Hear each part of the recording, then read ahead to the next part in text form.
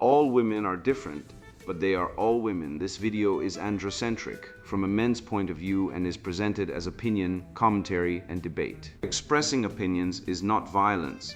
These are ideas to challenge, question, and argue in public, because classical liberalism relies on the First Amendment for its dialectic. If you are a feminist, then consider this.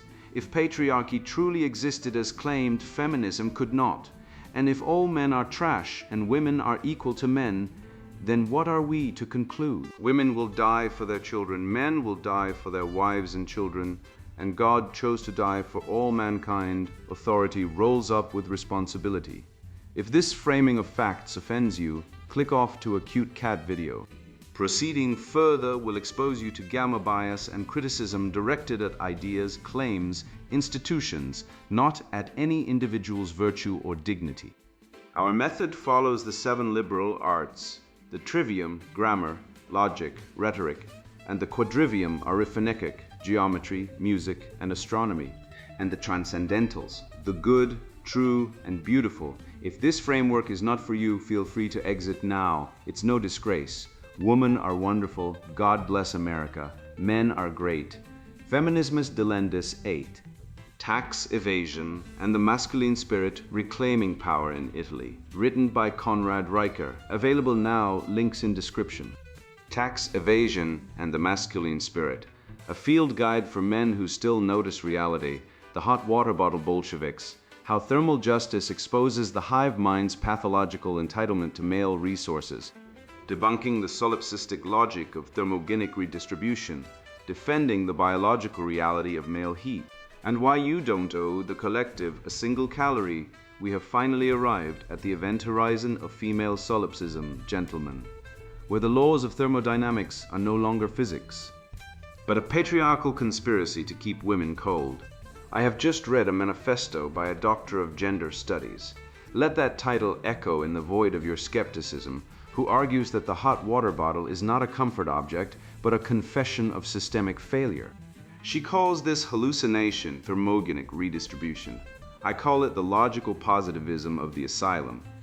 This is the gamma bias in its purest, most distilled form. The amplification of female minor discomfort into a moral emergency, manning, while completely ignoring the male disposability that keeps the very roof over her head from collapsing.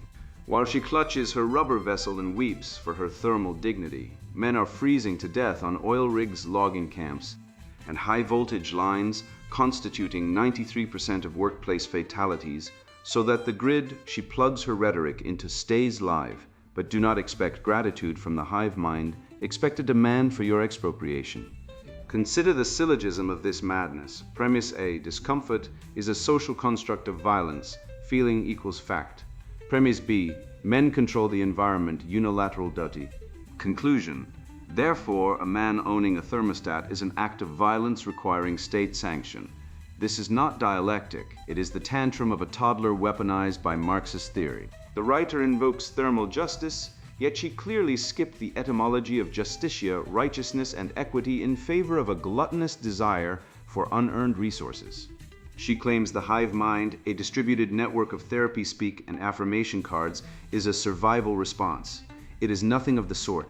It is standpoint, epistemology weaponized, gated null G, where only female feeling counts as data, creating a self-sealing loop of immunity against logic. If she feels cold, you are guilty. If you disagree, your defensiveness is proof of your guilt. It is a closed circuit of insanity designed to extract resources from the competent to subsidize the solipsistic. She proposes accountability arbitration, a fancy phrase for the theft of private property and the destruction of due process. She asserts that the home is not private property, but a warmth generation system captured by males. This is the naked Marxist core exposed, a resentment-driven demand that the strong serve the weak simply because they exist. She wants the warmth, but she hates the furnace. She wants the roof, but she despises the builder. She claims warmth is not earned, it is owed. This is the slave morality in its death throes, screaming that the biology of the male body, which runs hotter due to the muscle mass required to build her civilization, is a theft of her thermal dignity. We are going to dissect this cancerous ideology sentence by sentence, applying the rigor of the scholastics and the brutality of evolutionary psychology to show you exactly how the hive mind is merely a mechanism for predation and why the rational male response to arbitration is the total withdrawal of the labor that generates the heat. Bunkum article by a feminist, PhD. The warmth we are owed, why thermal justice is feminist praxis. The hot water bottle is not a comfort object. It is a confession of systemic failure. Every night, in apartments across this frozen patriarchal landscape, women press rubber vessels of heated water against their bodies. We do this because the ambient temperature of our lives has been deliberately calibrated to male comfort, male bodies, male metabolisms, male ownership of the very walls that should protect us. The hot water bottle is feminine survival technology. It is what we use when the thermostat is controlled by someone who does not know our coldness, when the landlord, who is almost certainly a man, refuses to fix the heating, when the mortgage is in his name because the banking system recognized his income as real and ours as supplementary, when the bed we share contains a body that generates heat at patriarchal standard rates, leaving us to shiver at the margins of our own lives. I call this thermogenic redistribution, and it is the next frontier of feminist liberation, the architecture of cold. Let us speak plainly about home ownership. Property law is one of the primary mechanisms through which male bodies hoard warmth.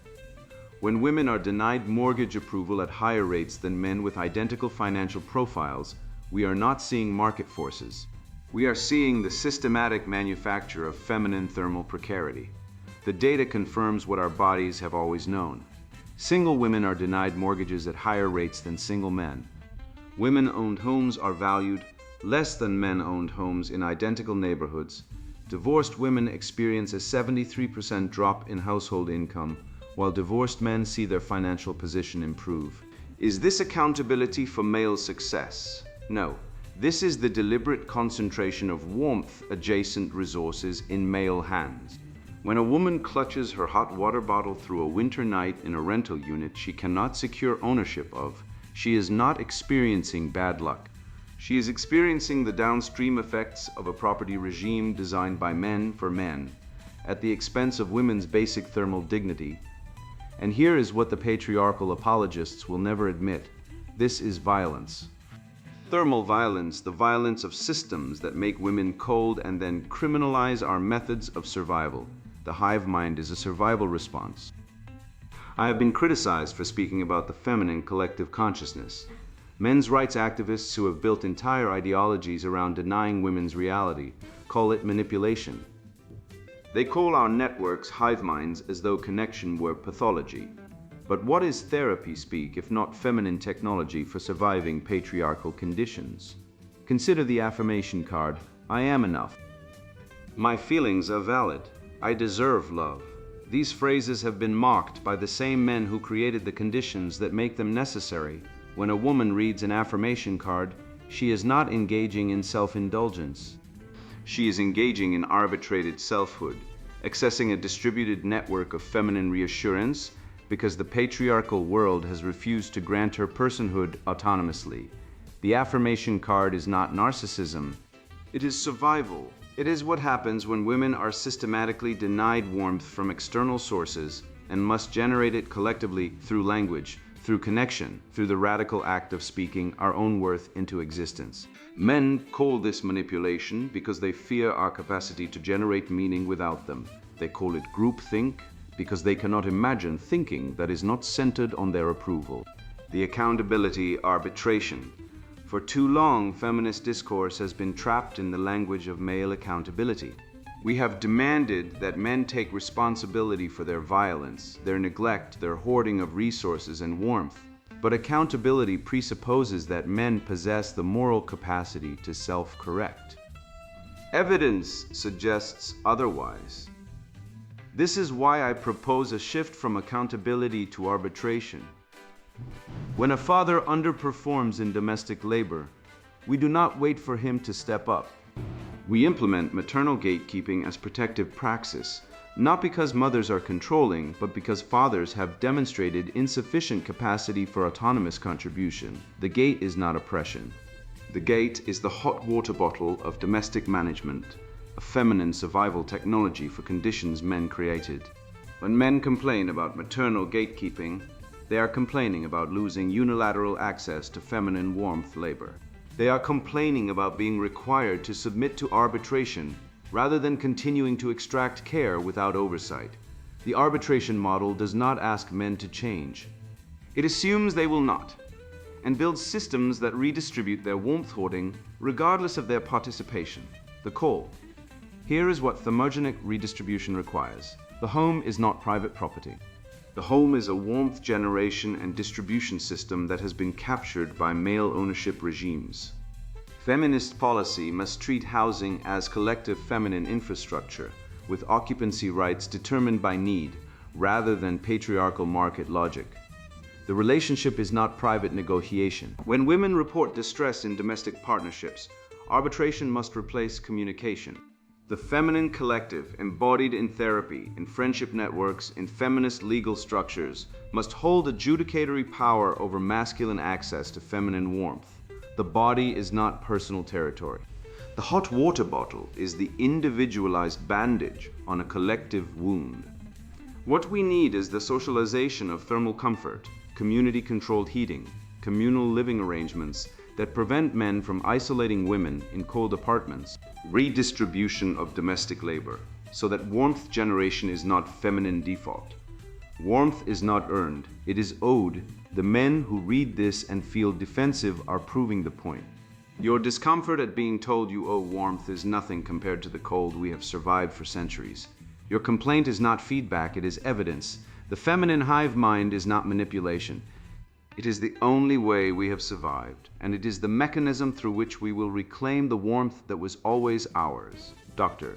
Winona, feminist Marxist PhD, Professor of Gender Studies, High Coven member, Satanic Church of Cultural Liberation, The Cold Logic of Madness, Deconstructing Thermogenic Solipsism. Thou shalt not covet thy neighbor's house, thou shalt not covet thy neighbor's wife, nor his manservant, nor his maidservant, nor his ox, nor his ass, nor anything that is thy neighbor's. This commandment, etched into the moral bedrock of the West, is the specific toxin that Dr. Winona seeks to purge from the human soul. In her treatise on thermogenic redistribution, she does not merely demand comfort. She demands the output of your metabolic labor as a tribute. The hot water bottle she fetishizes is not a survival tool. It is a pacifier for a generation of women afflicted by a stunted ontology. A physical manifestation of the solipsistic demand that the external world conform to the internal temperature of the self. This is the cold logic of madness. The refusal to accept that nature, not men, dictates the thermostat. To deconstruct this, we must look past the absurdity of thermal violence and surgically excise the gamma bias, the epistemic gating, and the semantic inflation that allows an educated adult to confuse being chilly with systemic oppression. We must correct the biological illiteracy inherent in the concept of thermogenic redistribution. Proponents of this theory claim that the ambient temperature of our lives has been deliberately calibrated to male comfort. This assertion is a falsehood rooted in a denial of biological reality. Evolutionary psychology demonstrates that sexual dimorphism is not a social construct. It functions as a survival mechanism. Men possess a higher basal metabolic rate, BMR, and greater muscle mass because they evolved to serve as biological furnaces, protectors, and providers who braved the literal frozen void to secure resources for the vulnerable. When a man generates heat, he is not hoarding warmth-adjacent resources. He is burning calories, energy acquired through risk and labor, to maintain the homeostasis of the family unit. Rebranding this biological provision as a conspiracy of patriarchal standard rates constitutes an act of therapy language coercion that pathologizes masculinity. The male body is not a thief of warmth, it is the generator of it. Demanding that the environment be calibrated to the female metabolism is tantamount to demanding that men cease to be men, or that they labor harder to subsidize a climate controlled by feminine fragility. This brings us to the grotesque exploitation of the empathy gap. While the writer clutches her rubber vessel and complains that the mortgage is in a man's name, She ignores the graveyards of men who built the very walls she inhabits. The architecture of cold, she describes, is a fantasy of the pampered. The reality of male disposability is that men constitute 93% of workplace fatalities, working in logging, fishing, roofing, and infrastructure maintenance, the very sectors that keep the heating on in her apartment. There is a macabre humor in a tenured professor complaining about the thermal precarity of a rental unit while men are freezing to death on oil rigs or sweating in foundries to pay the taxes that subsidize her gender studies department. She asks, is this accountability for male success? No, it is the price of male sacrifice. The male disposability rider dictates that society cares infinitely more about a woman's minor discomfort than a man's violent death. The hot water bottle is not a symbol of oppression.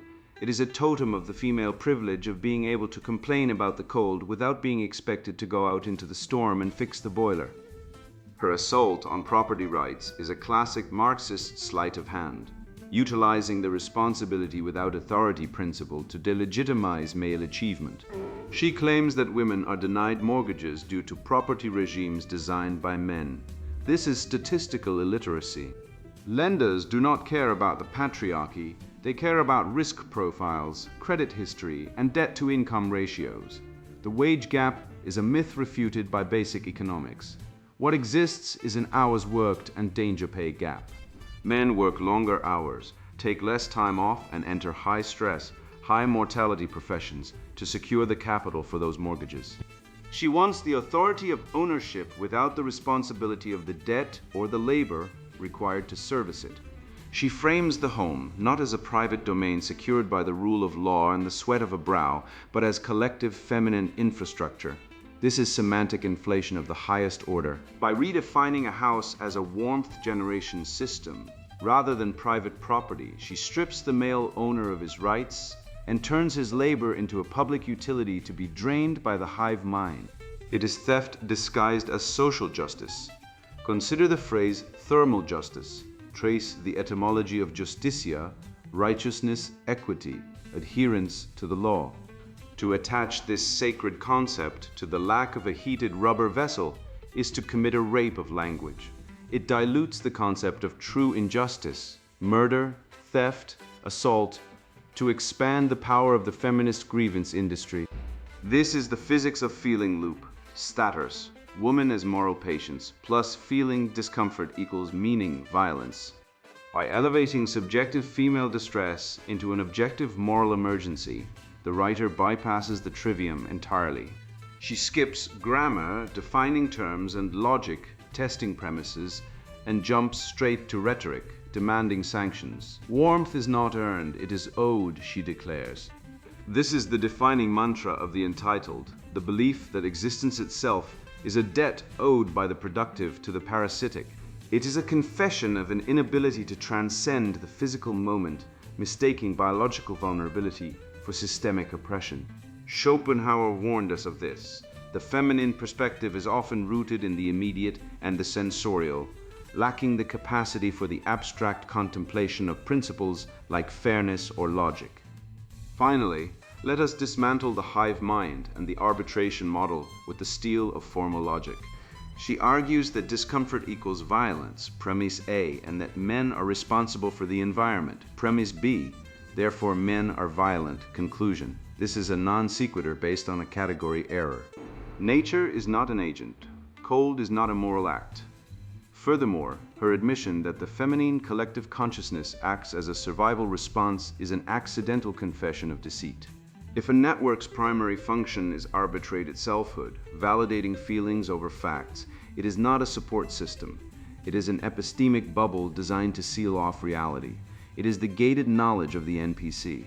She proposes that we replace communication with arbitration, meaning the feminine collective, the state, the HR department, the coven, holds adjudicatory power over masculine existence. This is not justice. It is the establishment of a totalitarian theocracy where the feelings of the victim class are the supreme law of the land. The thermal violence narrative is merely a Trojan horse to implement a system where men are guilty until proven warm. Do not fall for the trap. The thermostat is not a tool of oppression. It is a gauge of reality, and the water in that bottle is running cold. However, this solipsistic equation, my discomfort equals your crime, is simply the first move in a wider conflict against the frameworks enabling male provision. The feeling as truth fallacy does not operate in isolation. It demands an enforcement apparatus, a means to convert manufactured hysteria into material transfer. Once the trivium is bypassed and subjective grievance enshrined as objective law, the way is cleared for what is euphemistically termed accountability arbitration, a gynocentric kangaroo court where the masculine logos is silenced and the collective feminine pathos holds the gavel. The assault on due process is no accident. It is the necessary precondition for the theft that follows. The hive mind's parasitism, arbitration, theft, and the death of the private. The Roman Stoic Seneca once observed that he is most powerful who has power over himself. Yet, if we are to believe the manifesto of thermogenic redistribution, the modern feminist imperative is the precise inversion of this wisdom. She is most powerful who can demand the world reorganize its thermostat to suit her shivers. We are confronted with a text that asserts the hot water bottle is not a household object, but a confession of systemic failure. This is not analysis. It is the hallucination of a parasite convinced its host is an oppressor. The writer defines the ambient temperature of our lives as deliberately calibrated to male comfort, transforming the biological reality of metabolic variance, where men generally exhibit higher basal metabolic rates due to muscle mass, into a conspiracy of thermal violence. Here we see the meaning variable of the leftist propaganda axis inflated to bursting. The physical fact of cold is stripped of its neutrality and weaponized into a moral emergency. She feels cold. Therefore, the patriarchy has committed violence. This is the feeling as truth fallacy, a regressive epistemology where subjective discomfort is elevated to objective injury, bypassing the trivium, grammar, logic, rhetoric entirely to lodge itself in the realm of hysterical accusation. At the center of this polemic lies a willful twisting of the definition of arbitration, a label she wields to mimic legal authority while undermining the bedrock of Western jurisprudence, due process. She advocates for maternal gatekeeping as protective practice, openly spurning negotiation to favor one-sided judgment, whereas Western tradition defines arbitration as a conflict settled by an impartial outsider employing objective rules. In this context, it represents the seizure of power by one group, the female collective, against the other, the individual man, lacking any right to appeal. Such a system does not constitute accountability, rather, it operates as a sanction-driven imposition of the hive mind's decree. By rejecting communication as a patriarchal instrument, she eliminates the dialectic, the mechanism for discovering truth via logical discussion, and substitutes it with an edict. She portrays the male not as a partner deserving persuasion, but as a subject requiring management. This manifests gamma bias fully. The man is robbed of agency, moral agent, and reframed as a broken device needing gatekeeping, while the woman is raised to the rank of high inquisitor, holding immunity from critique because her safety is the ultimate command. We must ruthlessly dissect this hive mind she glorifies. She admits brazenly to what the manosphere has long diagnosed, a coordinated, collective consciousness designed to extract resources. She calls it survival technology. Evolutionary psychology calls it coalitional manipulation. When she describes affirmation cards, I am enough, as accessing a distributed network of feminine reassurance, she is describing a closed loop of status reinforcement that seals itself against reality. This is the death of the individual and the birth of the NPC, non-player character, a mind that requires a constant intravenous drip of therapy-speak affirmations to function, is a mind that has surrendered its sovereignty. She contrasts this with the male capacity for thinking not centered on male approval, inadvertently confessing that the masculine spirit is capable of autonomous existence, while the hive mind is a parasitic entity that defines itself only in relation to what it can extract from the host. This is the satanic inversion of the natural law. She posits dependency as strength and independence as pathology. Consider the chilling assertion, The home is not private property. This is the naked Marxist core of the ideology, stripping away the Lockean right to the fruit of one's labor. John Locke argued that property is acquired when a man mixes his labor with nature. This author argues that if a woman feels cold, the man's labor, the house he bought, the heating bill he pays, belongs to her by right of need. This is the duty variable weaponized, a one-way obligation for men to provide, while women retain the power to define the terms. When she claims warmth is not earned, it is owed, we are staring into the abyss of the slave morality, a resentment-driven demand that the competent must serve the incompetent simply because they exist. It is a call for the socialization of thermal comfort, which effectively means legalizing theft. She proposes communal living arrangements, not for community, but to strip the male of his castle, his mixed constitution of domestic authority, and reduce him to a battery unit in a collective farm. The writer's final rhetorical trap is the self-sealing logic of discomfort. She preemptively declares, "Your discomfort at being told you owe warmth is evidence." This is the immunity mechanism of the propaganda axis firing on all cylinders. Criticism proves bias. It is a theological trick, rendering the ideology unfalsifiable. If you agree, you are saved. If you disagree, your very disagreement confirms the diagnosis, making you a heretic to be burned or frozen at the stake. This eliminates the possibility of dialectic entirely. Yet a flaw exists in her thermal dystopia. The hot water bottle she clutches is a product of industrial civilization, a civilization built by the very patriarchal energy she despises. The rubber, the factory, the heating infrastructure, the legal system that protects her tenancy, all are downstream of masculine competence. The hive mind functions as parasitism disguised as action. It creates nothing, it only objects and expropriates. The arbitration she desires results in the death of the private sphere, erasing the barrier between the self and the group. Wherein the state or the coven breaches the home to transfer warmth from the builder to the shiverer. She mourns the frozen patriarchal landscape, ignorant of the fact that it is the machinery holding the blizzard at bay. If she succeeds in destroying the host, the masculine spirit of industry and ownership, the heat will not simply be shared. It will extinguish forever. Allow me to crystallize what you have just witnessed, Dr. Winona and her coven have taken a rubber vessel filled with heated water, a device invented by a man, manufactured by industrial processes built by men, distributed through logistics networks operated by men, powered by electricity generated by men mining coal and maintaining turbines in freezing conditions, and transformed it into a totem of female oppression. This is not analysis. This is the neural misfiring of a worldview so thoroughly colonized by resentment that it can no longer distinguish between metabolism and malice. The Slavic word for slave derives from Slava glory because the slave masters could not conceive that service might contain honor. Similarly, the modern feminist cannot conceive that male thermogenesis might be provision rather than theft.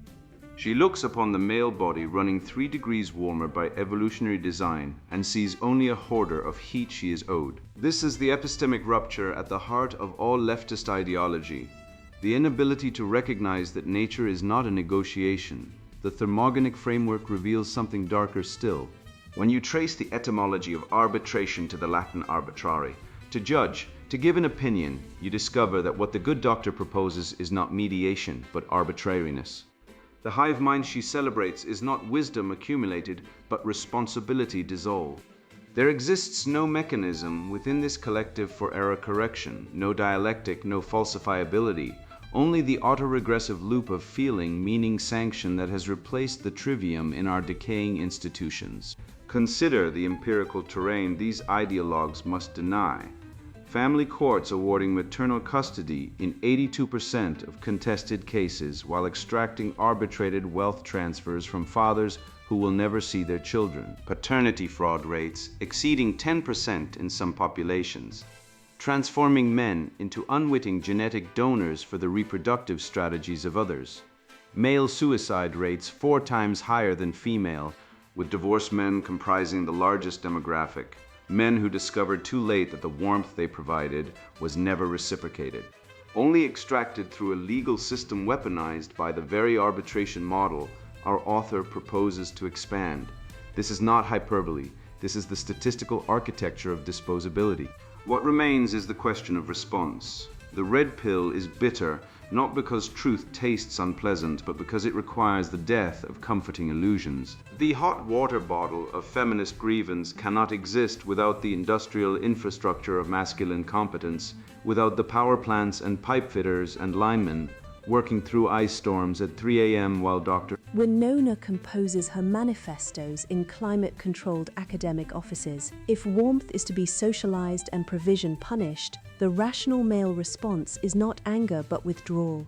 Not the withdrawal of the sulking child, but the strategic retraction of surplus labor from a system that has declared your very biology a form of violence. Let the hive mind heat its own apartments. Let the collective consciousness repair its own electrical grids. The hot water bottle, after all, cools. The furnace requires fuel. And the men who have been told they owe warmth to those who despise them are under no obligation to stoke fires that warm only their own executioners. You have completed the deprogramming. You now possess the intellectual antibodies against the semantic inflation of justice, the logical architecture to dismantle gamma bias wherever it appears, and the historical consciousness to recognize the Marxist core beneath every new iteration of feminist liberation. The warmth you generate is yours to distribute as you see fit, to the worthy, to the grateful, to those who reciprocate. This is not cruelty. This is the restoration of proper relation between gift and gratitude, between provision and appreciation. Go forth with clear eyes. The thermostat of civilization has been controlled by liars long enough. It is time to take back the heat. And now the sponsored book introduction, Tax Evasion and the Masculine Spirit. Reclaiming power in Italy, men are under attack. Not in the physical sense, though that happens too, but in a far more insidious way. Society has declared war on masculinity, and the casualties are everywhere. You see it in the media, where men are portrayed as bumbling fools or outright villains. You feel it in the workplace, where the burden of responsibility grows heavier while the rewards grow thinner. You hear it in the constant drumbeat of toxic masculinity, a term that shames men for being strong, while simultaneously demanding they show vulnerability. A trap designed to keep us off balance. This is not an accident. It is a deliberate effort to strip men of their power, their identity, and their purpose. I know this because I've lived it. I've felt the weight of a system that demands more from men while giving less in return. I've seen how the tax system in Italy, like many others, is designed to keep you dependent, to drain your resources, and to make you feel powerless. But I've also learned how to fight back. This book is the result of years of research, personal experience, and hard-earned wisdom. It's a guide for men who refuse to be victims, who want to reclaim their financial independence, and who are ready to assert their masculinity in a world that seems determined to undermine it. This book is not for everyone. If you're content with the status quo, if you believe that men and women are interchangeable, or if you think that vulnerability is a virtue, then put this book down now. Go knit a sweater, take up gardening, or do whatever else makes you feel good. But if you're a man who's tired of being told to apologize for your strength, if you're ready to take control of your finances, and if you want to build a life of purpose and power, then this book is for you. Inside, you'll find practical strategies for navigating Italy's complex tax system, legally minimizing your tax burden, and building wealth that aligns with your values. You'll gain insights into the psychological and cultural forces that shape male identity, and you'll learn how to overcome them. You'll discover how to create strong family structures, pass down traditional values, and lead with confidence in a world that desperately needs strong men. This is not just a book, it's a call to arms. It's a roadmap for reclaiming your masculinity, your independence, and your future. The journey won't be easy, but it will be worth it. The world needs men who are willing to stand up, take responsibility, and lead. Are you ready to be one of them? Then let's get to work. Tax Evasion and the Masculine Spirit. Reclaiming Power in Italy. Written by Conrad Riker. Buy now. Links in description.